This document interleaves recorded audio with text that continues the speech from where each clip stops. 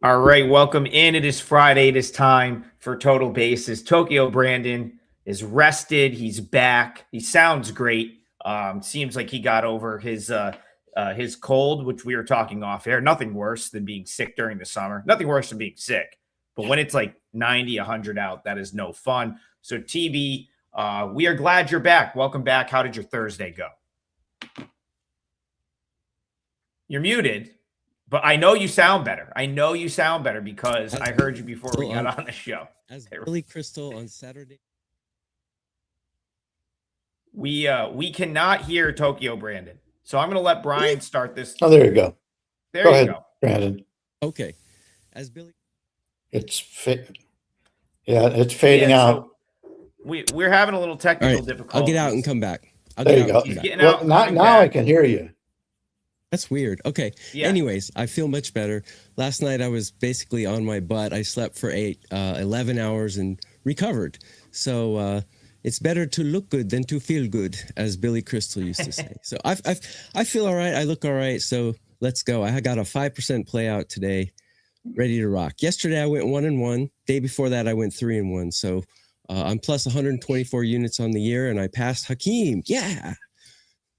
Yeah, that's awesome. I mean, listen, that's Hakeem's been tearing it up too. You and Ski, I think, have distanced yourself for the time being in that 1 and 2 spot. So shout out to both of you. I had a 1 and 2 day yesterday after a 7-1 run over a couple days. So still sort of battling my way through August. But yeah, we're always looking for winners. Bryan Leonard, how was your Thursday? Yeah, I didn't like yesterday's card. And it showed. We had Cincinnati, and I turned on the game, and they were leading going into the 9th inning after being down 4-0. And of course, they blew it. And then we had the Royals game, the first 500. So a couple of 2% plays. Never like to lose anything, but we haven't had anything big in a while. But I do have a 5% play going today. It's up on the site right now. I believe 9-3 run on 5%. Now 25-11 on 4 and 5%. So it's been a while since I've had something big to sell, but I really like this game today. Obviously, it's a much stronger card today than what we had yesterday. Well, this makes it easy for you guys. Double play package, Tokyo Brandon 5%er, Bryan Leonard 5%er. I will probably play baseball, but if I have a sort of bigger one tonight, it's likely in the NFL. So there you go. You can get the double play, any two of us. Again, I still do plan to play baseball at some point today. And there's also just great options for the individual capper. We'll get that out of the way right now. Over on the page, the rest of the month, so for the next 10 days, you can get like 6 days for the cost of 3, I think is something they're pushing. And then you get all the sports. NFL preseason for Tokyo Brandon, it would be Asian baseball, whatever any handicapper has for sale. All right, the team that ruined my day yesterday, Bryan Leonard, was the Orioles. They just straight up no-showed that game with the Yankees. In my opinion, it was a golden opportunity for the Orioles to grab one back. They had a chance to get to Garrett Cole early. They couldn't come through. And then Garrett Cole settled in, and Kyle Bradish through batting practice. He was just throwing the ball right down the middle. The Yankees made him pay, and the Orioles got swept. That brings us to tonight. The Orioles back at home, coming off being swept by the Yankees against a really good team in the Rays, but a team that they looked really, really good against the past week and when they took 3 of 4 at the Trop. Rays, Orioles. God, I want to come back with the Orioles today. Please talk me off of that and tell me it's not a good idea. Well, I just put up my free play on today's card, and I'm with you. I like the Orioles in this one. Freddie Peralta, he just has not had a good season this year. No matter which team he's played for, he's been a disappointment. The Mets paid all that money for him. And he's been bad. He's been really bad on the road. 6.83 ERA on the road this season. He has gone 23 straight starts without having a game score of 60. He's at I believe 46 on the season. League average is about 50. So he has not even had good starts. I think he got to 60 or 61 or something, one of his early starts in the season, and it's gone all downhill from there. So don't want him going against a Baltimore team here that I think can hit him pretty well. Baltimore's got Rogers going. He's the lefty. And Tampa Bay doesn't hit lefties well. The WRC plus is like 20% worse against lefties against righties. He's a guy who's going to give you some length. He'll give you probably 6 innings. And you mentioned the Baltimore series that they just came off of. When you don't win games, you don't got to use your best relievers. So the bullpen is in really good shape here for Baltimore. I think we get a nice bounce back from them. And, the current line is about 125 with a total of 7.5 to the over. I think that's a bargain with Baltimore here. We've made a lot of money on Tampa this year, but I don't really want them with Freddie Peralta on the mound. Yeah, I think the Rays, they thought, okay, we can bolster our pitching rotation, bring in a veteran guy. Maybe we'll get the guy that the old Peralta or the one that was the Brewers Peralta. But Tokyo Brandon, it looks like they just got the same guy that's really struggled for the Mets the early part of the year. So with that being said, do you want any part of Peralta, or are you looking at the Orioles here? Well, I looked at the price and I see that the Orioles are favored, which how do you favor a 61 win team against a 76 win team? You could say, oh, it's the home field advantage, but the Orioles have a losing record at home. So if anything, home is a disadvantage. So then you dive deeper into the numbers and find out that the Orioles bullpen, like Brian pointed out, is excellent and in very good shape. Tampa Bay is kind of famous for having a good bullpen, as they use openers and bullpen games all the time. But their bullpen in current form is not good at all. I got them ranked 22, where I got the Orioles ranked 13. So that's advantage Orioles in the bullpen department. And starting pitcher, I like Trevor Rogers a lot more than Peralta as well. My numbers like him too, about 6 spots higher than Peralta. So the only advantage Tampa Bay has here, according to my numbers, is the hitting. But I think Trevor Rogers neutralizes that advantage. So if anything, it'd be Orioles for me as well. Sorry. Sorry to burst your bubble, Adam. No, I mean, you guys just basically validated my thought process on this game. Listen, teams get swept all the time. They'll lose a couple games in a row. It would rarely is that going to put me off of, like, if I lost with a team a previous day, rarely am I like put off. If I like them the next day, I'm gonna come back with them. This is a scenario where that's going to be the case. So this will be my leg of the parlay. Trevor Rogers, I've talked about him numerous times on this show. I don't know that he is the 1.81 ERA, 0.90 WHIP guy from last year, which was just all things considered, considering he started last season in Norfolk, not because of rehab. Like, that's where he started the season. Probably was there for a month and a half. Some of it might have been rehab, but like, he was there on the roster. Like, he was not just there on a rehab assignment. To then come up and have that season in the majors is there was zero chance he was ever going to replicate that this year. I mean, that would have just been, it would have been very unlikely that he would replicate that again this year, but he's at least starting to trend in that direction. Remember, he came out this year, looked like 2024 Trevor Rogers at the beginning of the season. But recently he's been a lot better. Now, he had that stretch where he was elite. And now, like, for the past month or so, I would say he's just kind of leveled off to be just like a solid big league starter at this point. Lives in the zone, but gets a lot of swing and miss. He's hard. He's not an easy pitcher to take deep. Like, I can't see the Rays just like really getting so much offense that they've got a big lead here. The interesting thing here for these two just faced. These guys just matched up in the last series. So the Rays just saw Rogers and the Orioles just saw Peralta. Rogers, 6 innings, 2 runs, scattered 7 hits, 6 strikeouts. Peralta, his typical start where he goes 5 innings, 4 2/3, only gave up 2 runs, but 3 walks and only 2 strikeouts. I just think Rogers is a far better option than Peralta at this point. And if you give me the top bullpen arms with the Orioles, I got to think, man, they were so lifeless last night. The at-bats were horrible, but they were also against Garrett Cole. And Garrett Cole is just a better option than Peralta. So if the Orioles can run into a couple, hit the ball at the ballpark, get an early lead, I see them seeing this out. This will be my leg of the parlay. What am I looking at for a money line here, Brian? It looks to be about 125 right now. Yeah, and this is one I'm definitely considering for clients. I still think it's possible. Minus 126 before I got on the show.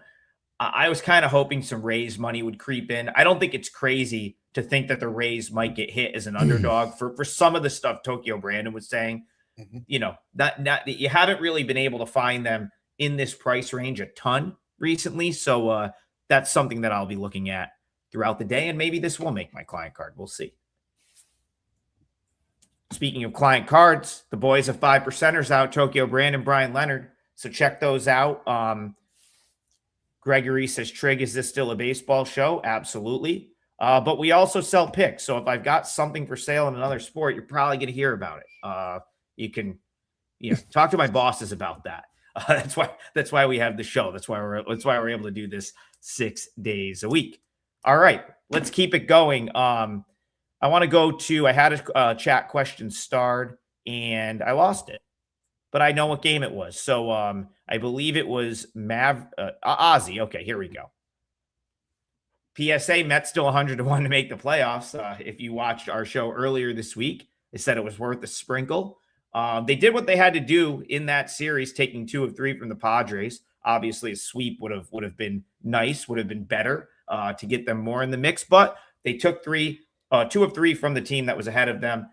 Again, do I think it's going to happen? Probably not, but do I still think it's worth a flyer? Yes. Big series for them this weekend. This one starts on the south tonight on the south side of Chicago. Brian, yesterday we talked about Braves White Sox. You ended up being right. It was the better spot for the Braves. They hand the White Sox a 2-0 loss in that little makeup game. So the White Sox go no day off. Big 3-0 win to salvage one against the Cubs, and then they turn around and give it back yesterday against the Braves. Now they start a series with the Mets. Big series for the White Sox, too. They're still holding some teams off in the AL Central. So White Sox, Mets, kick us off with this one. Sean Manaea, the lefty, going for the Mets against Sean Burke. We're looking at basically a 140 favorite for the White Sox, total of 8 to the under, and I'm seeing a couple 7.5s to the over. Manaea, if you remember, back in spring training, his velocity was really down. And I was excited about him. From a bargain standpoint, coming into the season, I thought we could make some money on him. And then with his velocity being down, it kind of threw me off. And I said, well, that's putting him on the back burner. But he's still not a guy who's going to blow you away with his velocity. But he's been very competitive this year. He gets strikeouts. He's a crafty veteran, and he's still a guy that I think we can make money on. We're looking right now. You can get the Mets in the plus 130 range. That's not a bad line here. Burke's been the White Sox best pitcher all season long. He's very good. But right now I'm looking, I talked about this 2 weeks ago, where I said I was looking to play on the Mets now that they're out of it and all the pressure's off. I think we all discussed that a little bit. And I think that's not a bad situation here. You've got the National League is better than the American League. We've talked about that in the past. We've got a division leader in the White Sox, but is it because the White Sox are good, or is it because none of the other teams in the division are any good? I think it's more of that. The White Sox are the only team right now, I think, that have a positive run differential, but it's not that great. But if I'm playing this one, I'll take the underdog. The White Sox going against the lefty. And let me just get a quick look at how the White Sox have done versus lefties this season. They got a 104 WRC plus, exactly the same as what they have versus righties. So there's no big edge there. But still, if I'm playing, I think this is a nice price on the underdog. Yeah, this is there's like 3 or 4 games in this exact price range today that I think the dog makes a lot of sense. Mm-hmm. This is one of them. By the end of the show, if we haven't talked about them, I'll rattle them off. Maybe you parlay them together and maybe they'll all hit. Who knows? But Tokyo Brandon, I will be looking for a spot to fade the White Sox this weekend with this Mets team. I think the Mets today make sense from a number standpoint. I didn't know if this was definitely the matchup I wanted to jump in with because I do like Sean Burke, and I haven't been as big of a Manea guy over the last couple of years. But the White Sox, in my opinion, just can't be this big of a favorite. So I'm with Brian. I like the Mets as well. Mets, White Sox to you.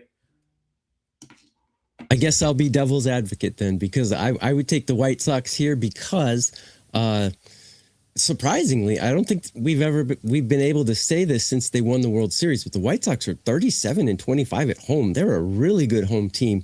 Granted, they don't have any rest today. I like Burke more than I like Manea, though, and I certainly like White Sox bullpen more than the Mets bullpen in current form, although that is pretty close.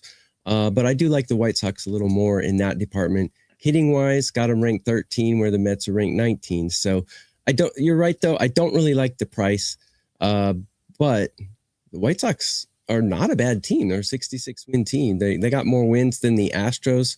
They got more wins than the Marlins. I mean, they're not a bad team. So I would go with the White Sox here if I had to, but I probably won't play it. Not a lot of conviction.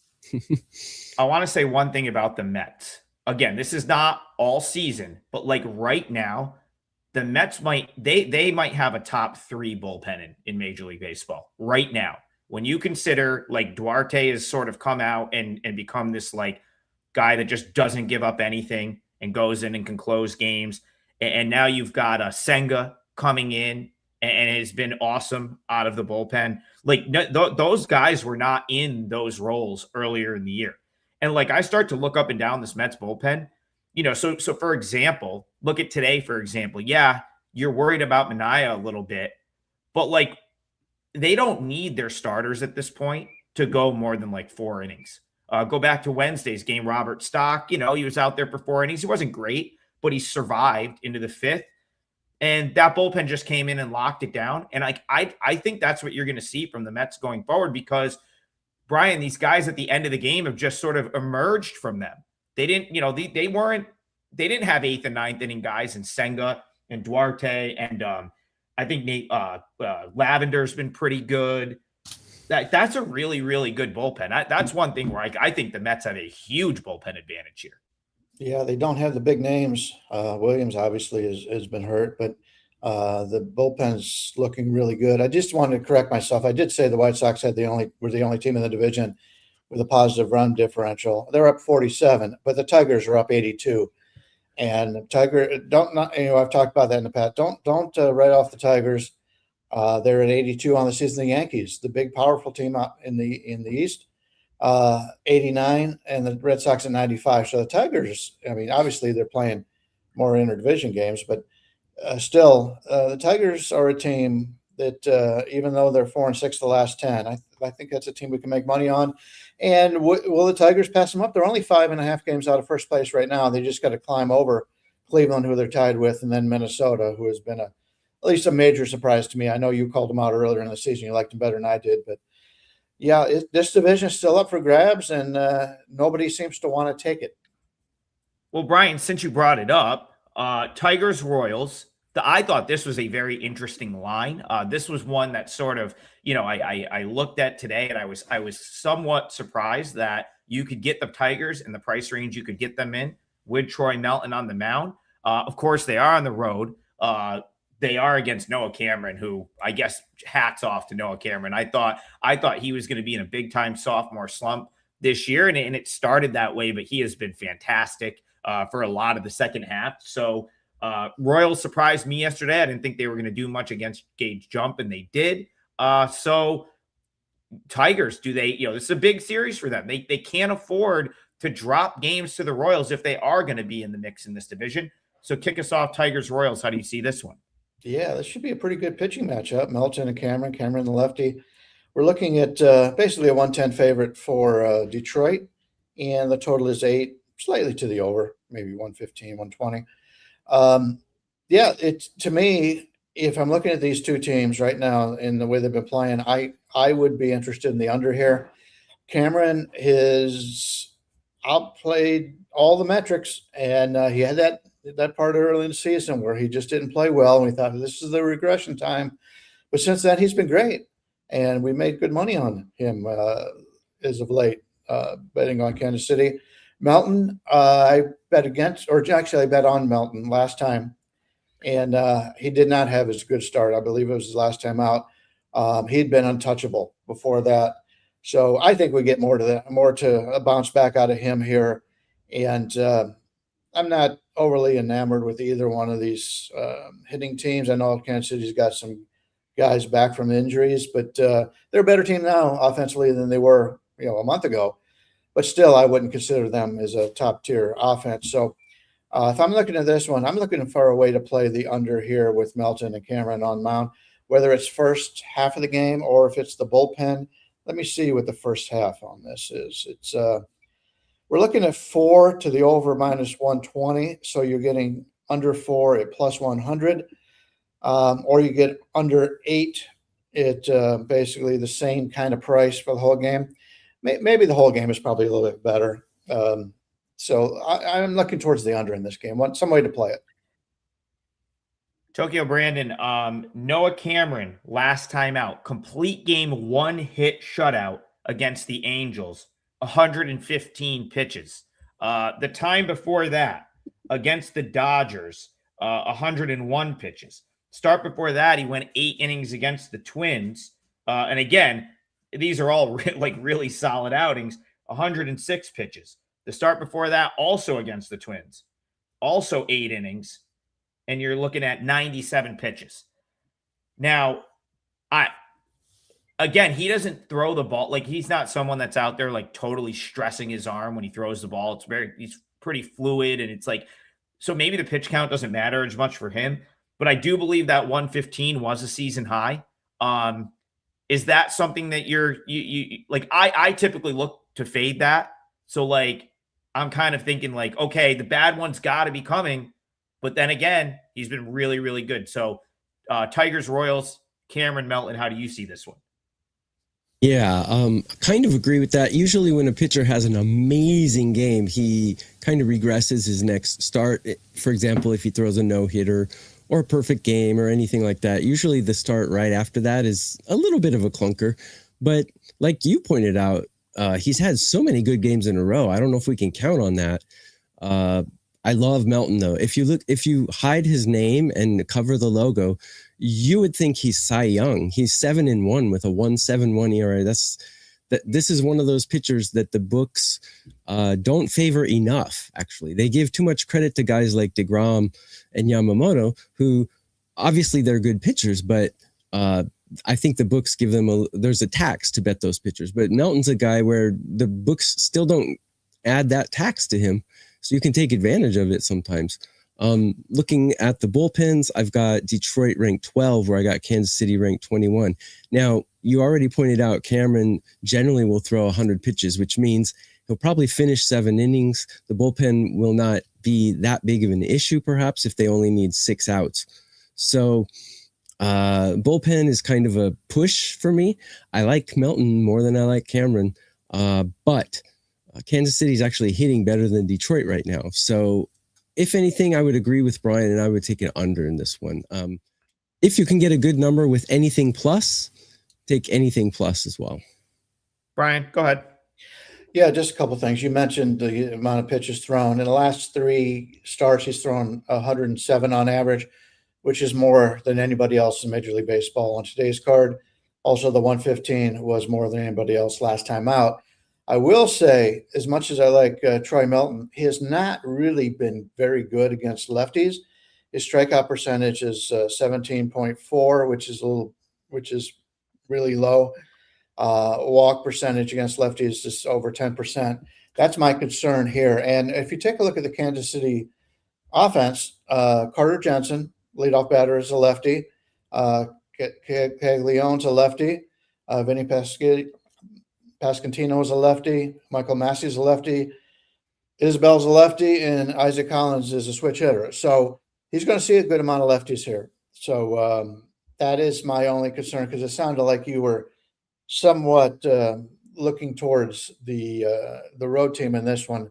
That is a little bit of a concern. It's just he has not done well against lefties. Yeah, and yesterday I talked about thinking Gage Jump would have a field day against this Royals lineup with a lot of those lefties, and he really didn't. Granted, Bobby Witt did a lot of the damage in that game, but still, Bobby and Salvador Perez, the two right-handed hitters. But yeah, I mean, there's a left-heavy lineup. It's definitely an interesting handicap. I badly want to take the Tigers because when I look at Melton and Cameron side by side, I'm just like, Melton is the better of these two pitchers. Like, I'm confident in saying like a year from now, like Troy Melton's going to be like the clearly better starting pitcher. Like, give them more time to, accumulate results. But man, like, do you fade someone that's on the heater that Noah Cameron has been on the past month? Like, he's clearly, I mean, every start is like 7 innings, nothing, 7 innings, nothing, 8, nothing. Like, it's not a fluke either, because he did it last year as well. Yeah, that's a good point. He struggled early in the first half of this year, but you're right, Tokyo. Exactly. He did it. It's a carbon copy of last year. Season. Yeah. Great point. Really good point. Oh, look at Carmine. What a legend he is. Round of beers on me, boys. Go Blue Jays. Carmine Bianco. Your favorite Canadian. Listen, we have a lot of Canadians at the company, so we can't, One of the owners. We appreciate the donation for the charity, Carmine, but it's in Canadian dollars. Can you put that in American dollars? Raise it up a little bit. Listen, American dollars. We will talk Carmine's Blue Jays. They are headed to the Bronx tonight. They've again, Toronto. I talked about this at the trade deadline. We'll leave Carmine up there for a minute. Shout out Carm.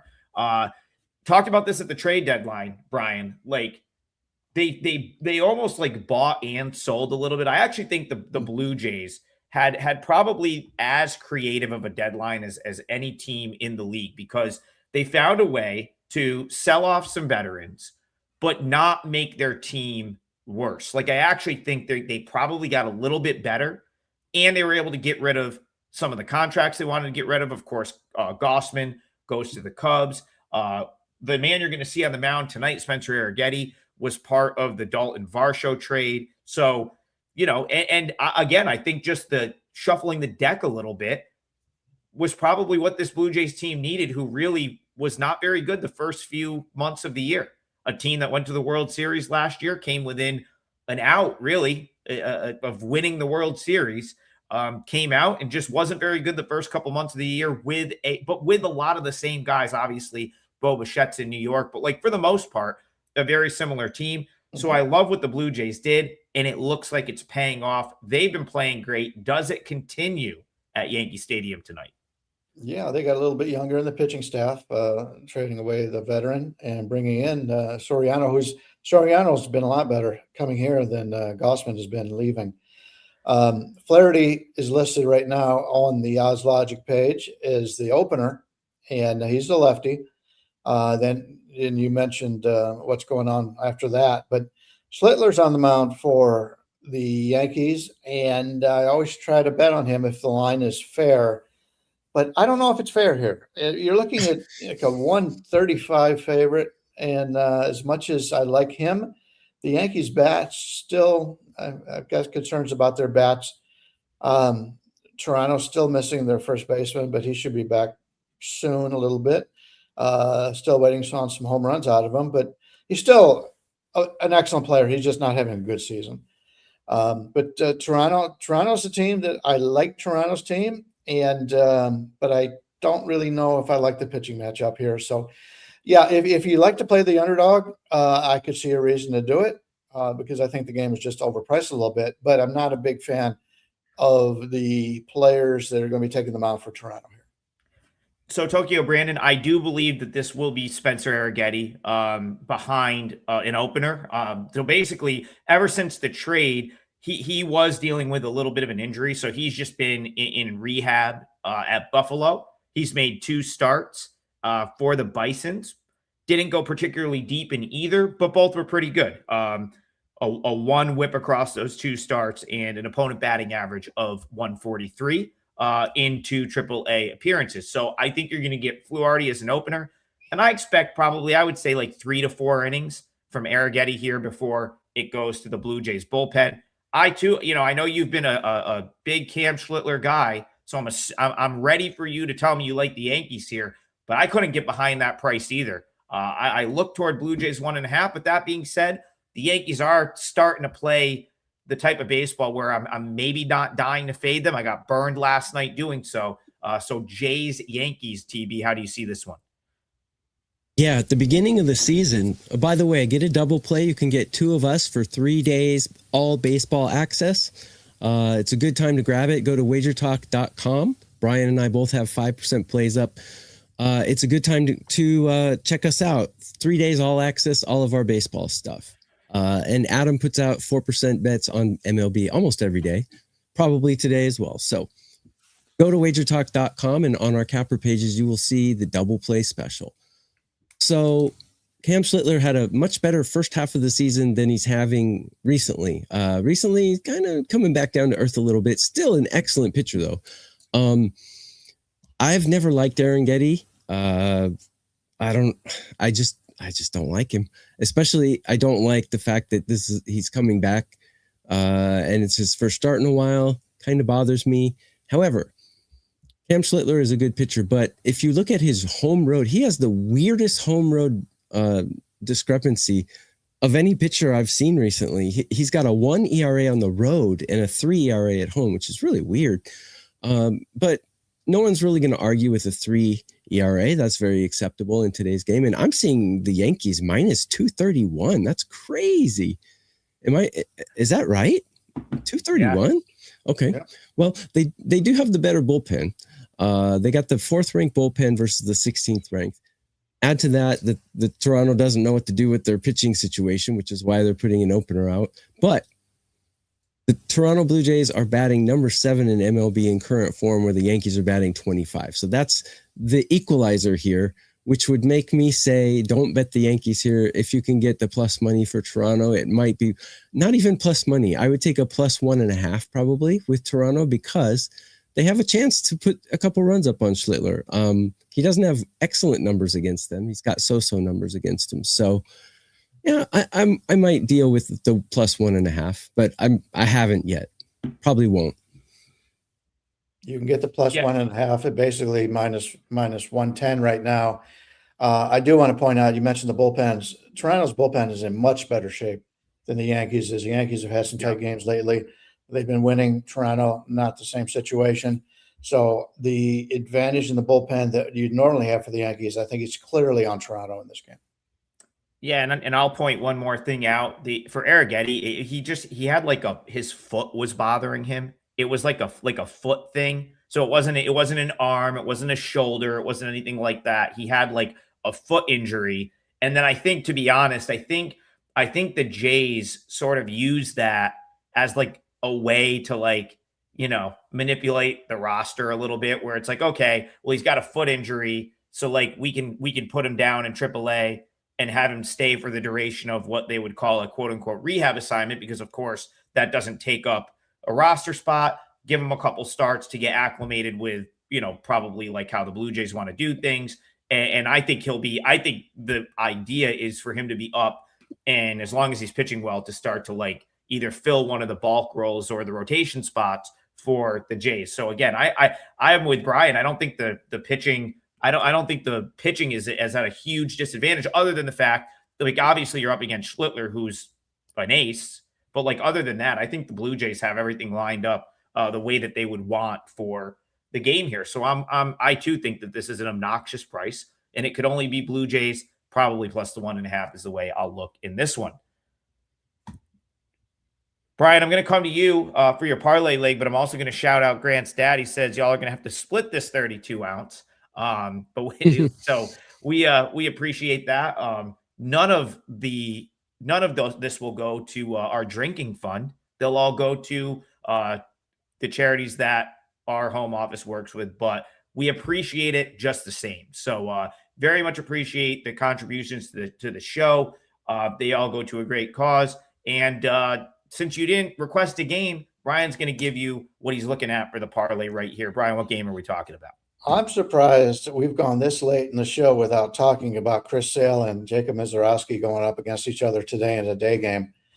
Sale the lefty, Mizrachi the righty. They're playing in Milwaukee. Mizrachi's about a 140, about a 140 favorite with a total of 6, slightly to the over. This is a spike play for me. Anytime I see a total in this range, I actually saw it some of the other places, the markets out there right now, they had them at 5.5 at one point. So anytime I see a game that with a total of 6, yes, these are aces. Yes, these are great pitchers. But when this happens, normally you see both teams know that even though they've got a great pitcher on the mound, they got to work the other guy, and I think that helps. There's been 11 times, according to the host of where I'm at, the last 3 years, there's been 11 times where there's been a total of 6 or less in the regular season, and it's 9-2 to the over. I had some stats that also went to the over between this. From a bullpen standpoint, the bullpens are not in terrible shape here, although Atlanta had to use 2 of their guys. Was it Atlanta? Let me get a quick look here. It was Milwaukee. I'm sorry. Milwaukee had to use Aaron Ashby for 40 pitches yesterday, Chad Patrick for 44. Even though they had the previous 3 days off, there's no way they're going to bring either one of them back tonight. And so you're going to be missing, especially Ashby, who's been really good all season long, big strikeout guy for them, obviously with a lot of wins. So, I'd like the over in this game. Over 6, -115, and that will be my parlay on this game, and I can't wait to watch it. It should be a great game. And, let's get a winner here. And I do have that 5% going today. I actually gave this out as a 2% to my clients. So this is actually a client play on today's card. Brian, what was your line again there? Sorry. 6, over 6 -115. The only reason this wasn't the feature game for our show is Major League Baseball dropping the ball, as they often do. This is a standalone game in the 4 o'clock Eastern window, and it's not on national television, and it's not even on the network. They're putting the MLB network programming on in that time slot. Why take the opportunity to showcase Jacob Mizrachi and Chris Sale? I don't know. Seems like a great way to grow the game, getting that one on national TV, but you'll have to have the package, the MLB package, to find that game. Tokyo Brandon, can you find a winner in that game, Brewers Braves? MLB has been backwards in their marketing as far back as I can remember. If they even had a decent marketing strategy to young kids, that they could make double their money. It's just unbelievable how dumb they are sometimes. Anyways, baseball fans are going to be baseball fans no matter how dumb MLB is. So this is definitely the game I would want to watch out of any game, because this should be a decent pitching duel. I've got Milwaukee ranked higher than Atlanta in everything right now. Surprisingly, despite all of their talent, Atlanta is ranked 28th in hitting currently out of 30 teams. Doesn't seem right. With all their talent, with Acuna and Olsen and all those guys they got, doesn't seem like they should be ranked that low. I've got the Brewers ranked 4 or better in every single category I rank. They're looking like a dynasty, like a juggernaut here. I don't know if they're actually that good or if they're just hot right now, but they're definitely playing better baseball than Atlanta right now. And as far as the starting pitching, yes, it is excellent. I think Mizrachi will go a little deeper than Sale. And I think Milwaukee's number 3 ranked bullpen will beat Atlanta's number 22 ranked bullpen eventually as the game drags on. And if it goes into extra innings, the bullpen is even more important. So I would take Milwaukee on the money line if I were to play this game. Yeah, I would too, TB. That's the way I lean. Price was a little bit high for my liking here, but that is how I would lean toward that. Brian, my total, like my run projection comes kind of like lands like right on the 6. So first of all, there's someone in the chat. This is, if you're seeing a 7 in this game, that is a rogue number, or you're probably seeing some like big time plus money attached to it. This is 6 basically everywhere right now. Like if someone was saying it's 7 now, I don't see that. This is 6 pretty much everywhere. Yeah, It was 6.5 under about 120 about right now. 6 So if you hours got a ago. 7, just bet it and try to middle of the game. Yeah, right. When all you guys were sleeping, I was checking the numbers here in Japan, and it was all 6.5s, and now it's down to 6. I highly doubt there's a 7 in a reputable book. Yeah, it's down to 6. Like I said, my projection is that low. I mean, my run projection for this game is right on that 6. But again, like, it's hard to, the Braves ended up having to play yesterday. That would have normally been a travel day for them. They ended up having to go out and play a 2-0 game that they had to use a couple of relievers. With these like low totals, I mean, yes, theoretically, could you get the game that like Mizorowski has 15 strikeouts and just mows everyone down, and maybe Chris Sale is good? Yeah, it could happen. But like, I'm with Brian in the respect that it's more likely it doesn't happen. And then you get you get an inning where a couple guys get on base, someone runs into one, and suddenly that's 3 or 4 runs. Your room for error on that under becomes very, very small at that point. So yeah, I think the total, I would agree with you. I think I agree with both of you. I like the over and I like the Brewers. So I lean toward both of your opinions here. Go ahead, Brian. I am at Ralph Michaels' place down here in Daytona, not Dayton, Daytona. And people have been getting into the chat and on YouTube, and they want one of his Yerfies and Nerfies. Now, he's a guy who doesn't get very excited today on the daily basis, but he said he's number 1 now the last 30 days in Major League Baseball, just based on that. So I'm going to let him come in here and give out a free play for everybody, a little bonus down here in Florida, and we'll let him take it from here. And I'll try to get out. First off, Adam, Brandon, and Bryan, I want to congratulate you. The brand that you've built on this show has been incredible. Your fan base is awesome. And you guys are the driver for the gifts to charity donations that WagerTalk does. The amount of money you guys donate relative to everyone else is incredible. So thank you to everyone. And as a thank you back to all your viewers, I'm going to actually give you my Nerfy client play for today. It's $25 on the site. Don't buy it. And Brian cut me a little short. Not only number 1 in MLB the last 30 days, number 1 this season on profit. I finally caught Bruce Marshall. So just doing Nerfies. I've done nothing but Nerfies. If you find a niche, take advantage and don't feel like you can't bet it. So my client play today, no run first inning, Pittsburgh and the Dodgers -130. Chandler 3-0 and 16-5, no run first inning. While he has a 4.30 ERA on the season, he has a 2.16 ERA his last 3 starts. Yamamoto 16-6, no run first inning. 2.60 ERA and a 1.8 ERA his last 5 starts. Pittsburgh did score their last game before the break, but that was at home, and they're 6-1, no run first inning after rest. They are also on the road. They have not scored a first inning run in 9 games and only once in 16 games. And the Dodgers 4-1, no run first inning. And in their last 9 home games, they've scored a first inning run only once. My client play, thank you to all the Total Bases fans. Thank you to you 3. Have a great weekend. Well, thank you to Ralph. Also, shout out to the chat. I've donated $0 to charity. It's all the chat. It's all the chat donations coming in. So we'll thank you guys to the folks in the chat. But it's been great, and really just you guys showing up every day, interacting with us. The likes and subscribes far exceed any other show that we have, and so thank you guys, and keep doing it for us. We very much appreciate it. Tokyo Brandon, I can see where Ralph's going with that. Bubba Chandler, we talked about, like, he's starting to figure out how to throw the ball straight. He's starting to figure out how to hit the strike zone, and when you throw 100 and you start to hit the zone with regularity, good things happen. I think he's been very solid over the past couple months. ERA is still slightly north of 4, but you start to look at like start by start.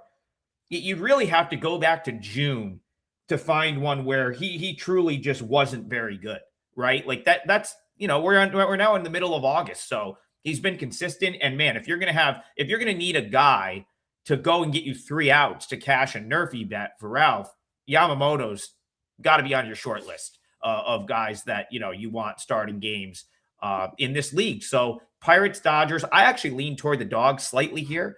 Maybe the +1.5 with the Pirates. But I could see where Ralph's going with the Nerfy. How do you see this one? Dodgers, unusual here. They definitely have the better pitcher, but like you guys were alluding to, not exactly that big of an advantage because Chandler's been pitching quite well. And as a matter of fact, actually, let's see. Chandler, I've got him ranked 13 out of 30, which is not bad. He's better than average, where I got Yamamoto ranked 5 of 30. But Pittsburgh is better than the Dodgers at everything else in recent form. They're better at hitting, and they're better at bullpen just by a couple points. So what does it mean? I would bet an under in this as well, whether it be under in the first inning or under in the full game.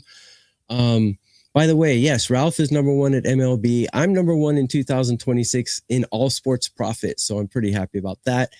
And my parlay leg is a game we've already covered. So after this game, we can do another one that a super chat requested, which is the Astros game. So that's how I would bet this Dodgers game, though. I would say under in this one. Yeah, I want to get Brian's thoughts on this one quickly before we move along. The Pirates, back-to-back wins. They're hanging around. This is a bit...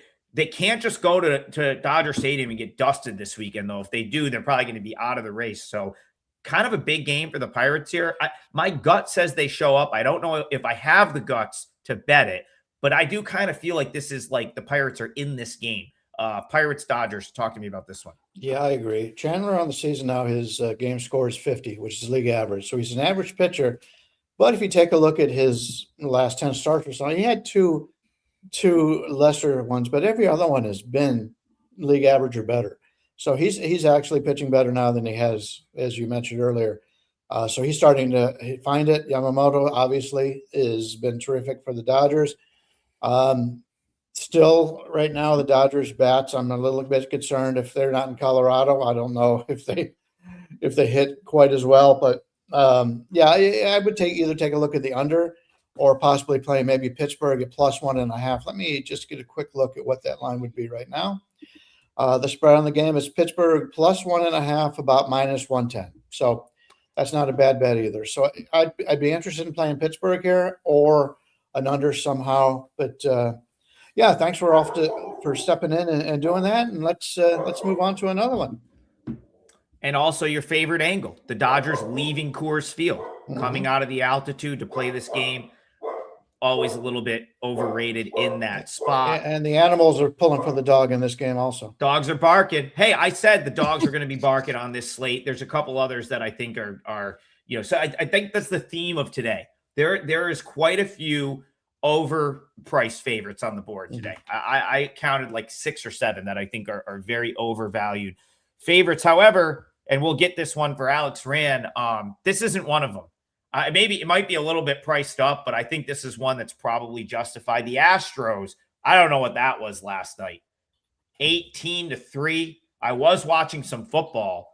I didn't expect to see a football score in that game. But that went off the rails quickly, Tokyo Brandon, for the Astros. They kind of gave up, and they lose the game 18-3. My gut says they could return the favor here against the A's. So A's, Astros for Alex Rand.